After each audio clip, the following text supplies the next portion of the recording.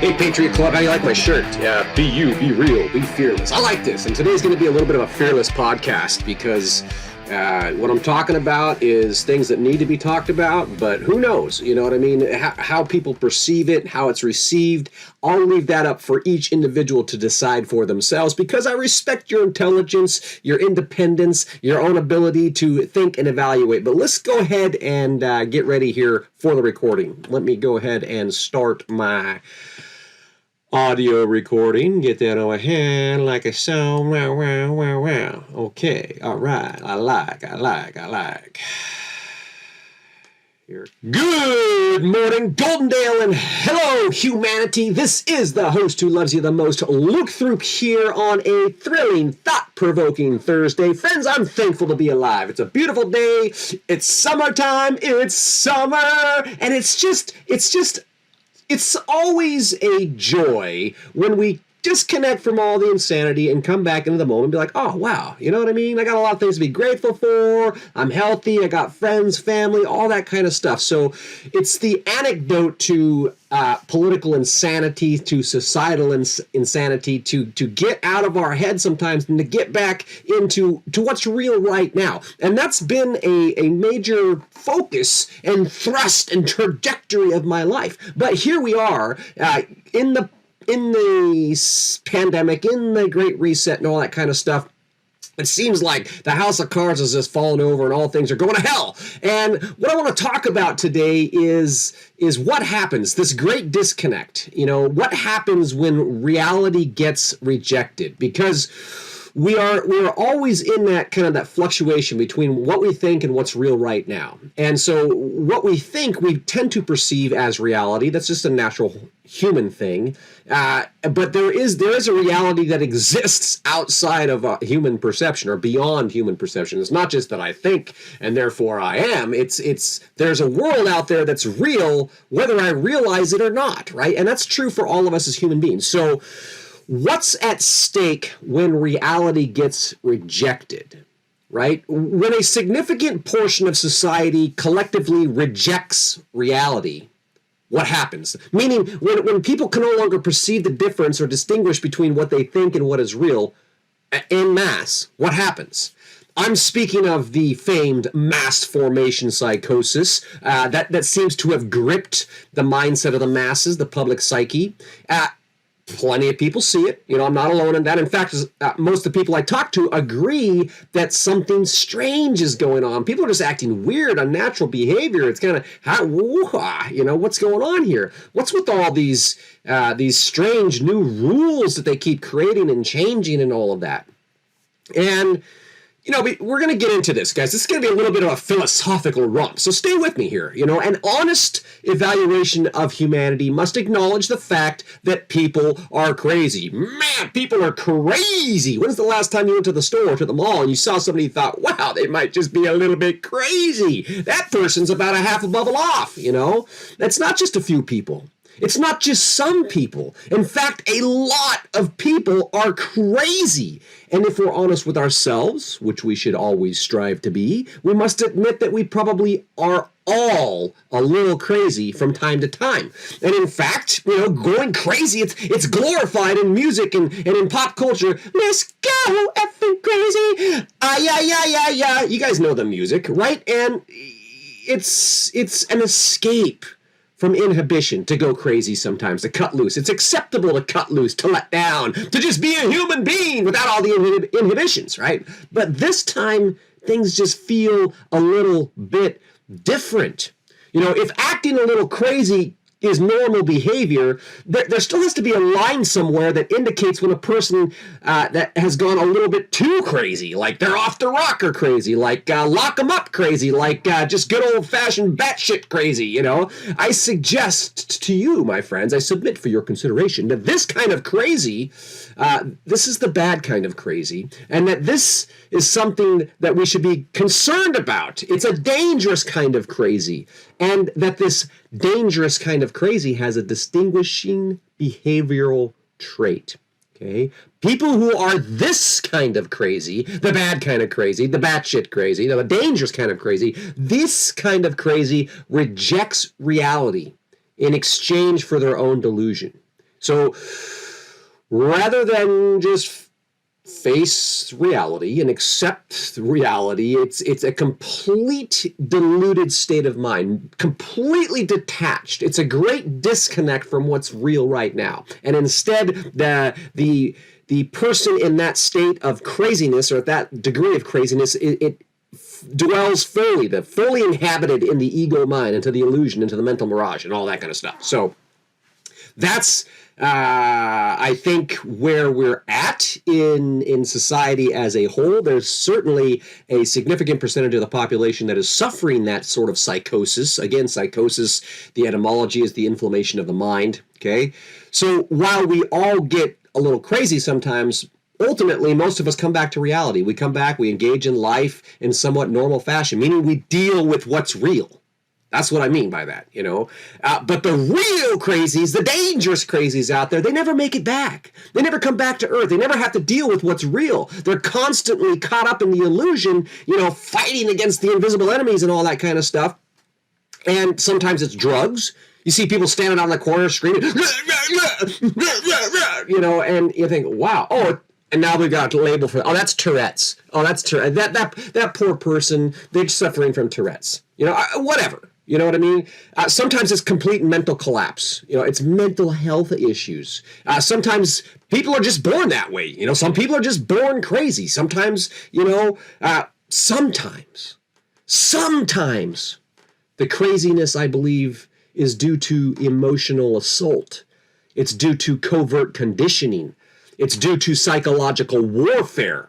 And that, my friends, brings us to modern politics. Welcome to the political stage. Here we are. You know, there is in today's age a great disconnect in our country. Right now, it's not just a disconnect between the left and the right. There's a great disconnect between policy and reality. Hey, let's defund the police and expect that crime is going to go down. That's a disconnect between policy and reality. There's lots of examples. You know, there's a great disconnect between law and order.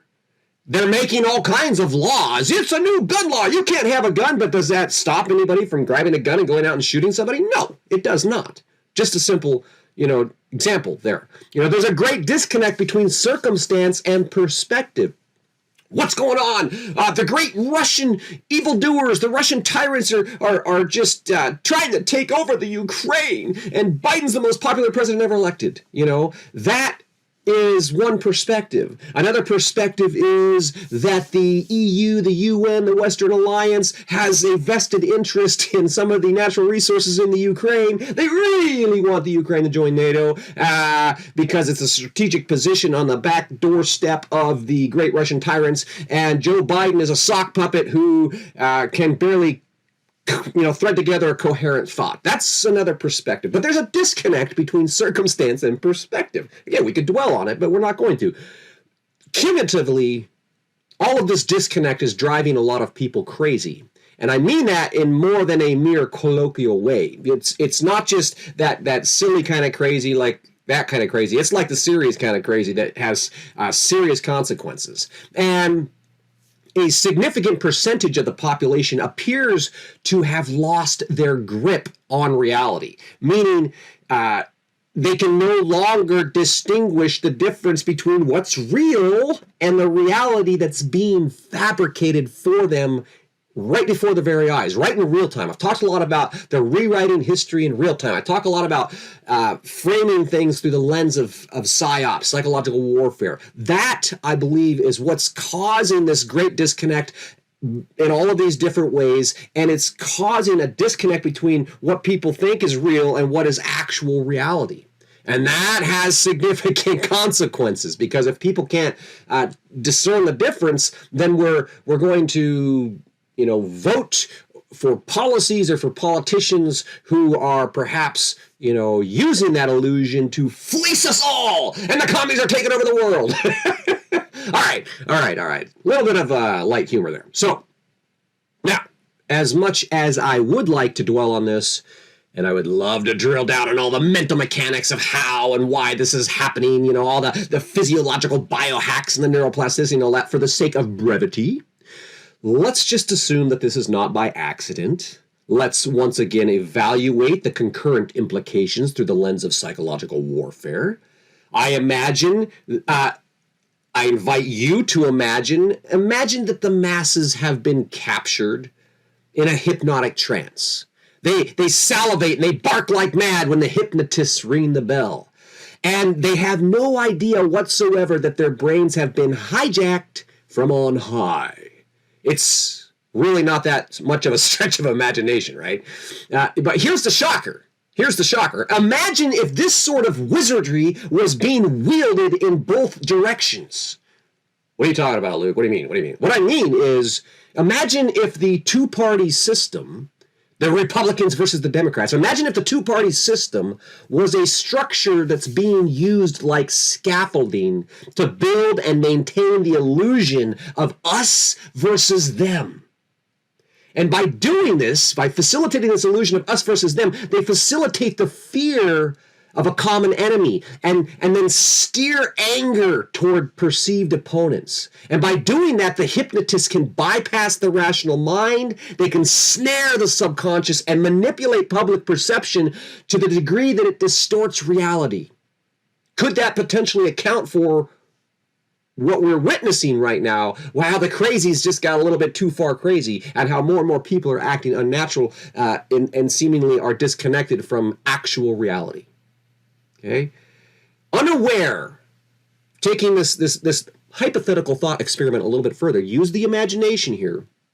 Imagine the two-party system is a structure that's being used to maintain an illusion, the illusion of us versus them. Now, unaware of this illusion, unaware of this cunning manipulation, or the mechanisms by which they are being influenced, patrons of both parties are helplessly herded from one emotional state to the next. And it's always in the direction of the next election, wherein they vote to voice implanted opinions that endow the hypnotist, i.e. the politicians, with even more power.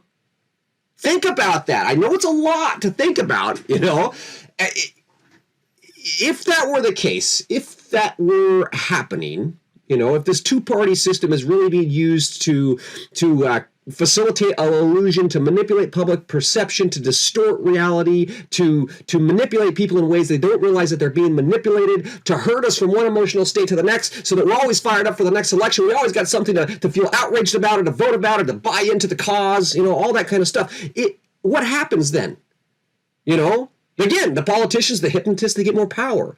And this also, simultaneously, it's symbiotic in that it invokes a sense of personal expression. I voted in the last election. I get the sticker. I'm not proud to vote. And you should be proud to vote too. And we should vote. Okay, I'm not saying that we shouldn't. I'm just saying, let's look at it, again, from a kind of a different angle here. And we vote, we get this sense of personal expression, and that sense of personal expression then conceals the manipulation. We don't feel manipulated because we feel like, oh, I just voted, and I got to voice my own individuality. Okay, and it, by voting, by engaging in the elections, it evokes the feelings of either relief or rage, depending on the outcome. Right? So we vote, and we're like, yes, oh, thank goodness, you know, the Republicans are back in charge. Man, wouldn't it be exciting if we could have a red wave and the Republicans could be in charge of the House and the Senate and the executive branch and the judicial branch, and we could have Republicans everywhere. Wouldn't it be great? Because then we could do things like repeal and replace Obamacare and fix the national debt. Oh, man, friends, if you have been following politics for a while, you would realize that, of course, Donald Trump got voted in on the red wave, and we had both the House and the Senate, and all the politicians were saying they're going to vote to repeal and replace Obamacare because it's an abomination, and it's, you know, laden literally the country with a national debt that, you know, it's a unfunded liability, blah, blah, blah, blah, blah. What happened? Cricket, cricket, nothing. Okay, we got backstabbed and betrayed by the political party who has really no vested interest in giving up their power. Okay, so you kind of see where I'm going with this here.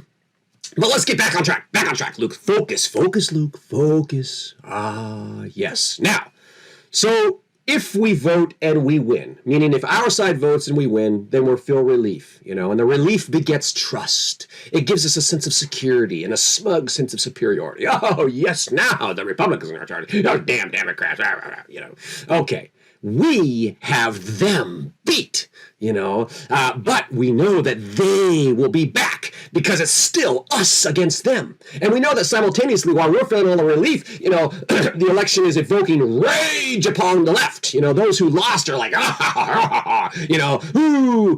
morally righteous indignation, the wrath that's to come, all of that. It's us against them. And the enemy never sleeps. So even if we won, we know the enemy never sleeps, and they're going to come back. Having suffered the loss of power, they retreat to strategize their next assault, and they will attack our beliefs, and they will attack our principles, and they will attack our way of life, but most of all, they will attack our senses and our sensibilities. Is this not predictable? Should we not prepare? Don't forget, friends, we are at war. Culture war, political war, psychological war, okay? Now zoom way out, zoom, all right. Shut up, okay? Let's see if we can find something that we all agree on. Nobody wins in perpetual conflict, right? I have never met anyone who failed to see the truth in that statement. Who wins if we're always at war? Surely it's not the commoners, right? It's not the peasants. It's not just the normal people. Those people are out there trying to live their lives under the constant bombardment of carefully manufactured emotional bombs, right? One sensational headline after another, one tragedy after another, one more shock and awe moment, the next imminent threat, the feeling that our safety is slipping away. If we don't pay attention, we might get caught off guard. Our instinct says, listen, pay attention, okay? Stay tuned. Something important might happen, and it might even happen today. And, well, we're always caught up in this. All of this anticipation, nervously waiting in anxious anticipation. What's really happening? Isn't it true that the news shapes our views? Isn't it true that politics impacts our lives? Isn't it true that the interface between thought and action, the interplay of fact and fiction, is always a subjective and questionable space? Yes, it is. Those are all rhetorical questions, by the way. What I mean is this. Can we ever really know what's real? Is objective perspective even possible? Or is this all just such philosophical fluff it doesn't really matter? Luke, what the hell are we even talking about? How is this practical? Dude, come on, you are way out there today. Fine. Maybe I am. But think about all the people out there that are rioting over abortions. Think about the BLM and the Antifa and the other Marxist organizations that are out there instigating this kind of civil unrest, okay? They want to destroy all aspects of existing society so they can create a communist state, period, okay? These people are acting out the illusions of a hypnotic trance. They believe, they cannot see that what they're doing is not helping, right? They don't realize that such behavior is unnatural, it's harmful, and it, in fact, is hastening the systemic collapse of our country. They do not perceive the puppet masters who are pulling the strings. They remain unaware of their unawareness. They've been conditioned to believe that they are woke and everyone else is fast asleep, okay? Of course, it's always easy to point fingers, though, right? I will, for the sake of time, refrain from shattering certain illusions right now, but it's always wise to self-examine. What are the chances that I'm being deceived, When was the last time I questioned the party platform? When was the last time I disagreed? Interesting. Friends, my contention is this, that when we only look at things from the left and right, we are missing the other 358 degrees of perspective. So long as we remain divided into the camps of us against them, we remain locked in perpetual conflict. And again, everybody loses. So the politicians are exploiting this natural behavior to wield influence and consolidate power. Just that simple. It happens from the local to the global level. And having grown unchecked for decades, this power, this consolidation, this vacuuming power up to the tippy top, now the power of the global elites has equipped them to commit unimaginable crimes. Crimes like depopulating the earth, like microchipping the masses, like enslaving humanity to a global socialist state. Don't think it can't happen, because that is in fact the plan. which has been well documented in this podcast, by the way. If this is your first podcast, you're like, dude, this guy's out there. But just telling you, it's all documented. I'm trying to share the truth you can trust, not because you don't take my word for it, but because I put the links out there. Okay? So go look at it, see it with your own eyes, make your own decision. Today, the Supreme Court is out there. The Supreme Court curbed the EPA's ability to wield authoritarian control over how we live our lives. Okay? Great, wonderful. The White House is quietly preparing for $200 per barrel oil. That's $10, at the pump, right, or more. The stock market is the worst it's been since 1970. Millions of more illegal immigrants have been granted the right to violate our laws, walk across the border, become Democrat voters. Algorithms are predicting crimes a week in advance, but the politicians are still baffled while shootings continue to rise after defunding the police and making drugs legal. But when faced with all of these realities, what do the politicians do? They just change the rules. And that's the greatest illusion of all, friends, the rules. Who makes the rules? What are the rules? Why do the rules keep changing? What if the rules are wrong? Why are we following the rules again? They're not following the rules. They're making the rules. And doesn't that lead us back to us against them? It's a different angle, but it might be worth taking a closer look at. Are the rules being used to instigate conflict? Could it be? Doesn't that benefit the rulers? Is anybody else tired of being ruled here? America was founded as a country of free individuals. Our Constitution was established to protect the people, we the people, from our would-be rulers, right? We are a republic. We're not a democracy. This is not mob rule. Our government is supposed to represent our interests, not rule over us and tax us like slaves. Perhaps the shortest path to peace and prosperity for posterity is to return to where we started, to come back to the beginning, to fight for the right to be free. Friends, it's either that or we keep following the rules until every last one of us has gone freaking insane. All right, friends, that is the message in my heart for today. Like I said, it's a thought-provoking Thursday. Get out there and embrace this day. But before you do, click that little heart, subscribe if you have not already, and don't forget to share this with a friend. Get out there and embrace the day, friends, and I'll look forward to talking to you again soon.